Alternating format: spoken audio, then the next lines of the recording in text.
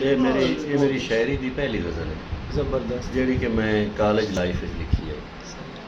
जाम टुट गए ते प्यासे लुट गए, अजण शराबां पिछां पिछां हैं।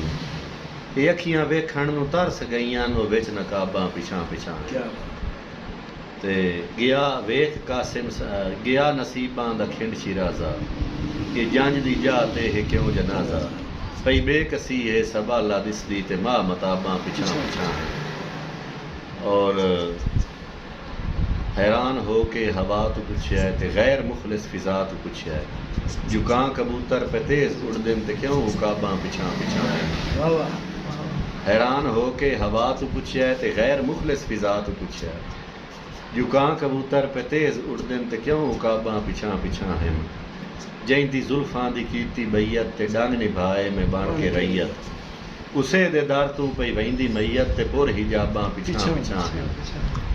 वेख कासिम संगत दा हाल है, कफन दे विच भी सकून मुहाल है। ये गैर रल के पैसामी रख देन ते खुद जनाबां पिछां पिछां हैं। जाम टुट गए ते प्यासे लुट गए, अजण शराबां पिछां पिछां हैं। ये अखियां वेखण नूं तरस गईयां नो विच नकाबां पिछां पिछां हैं।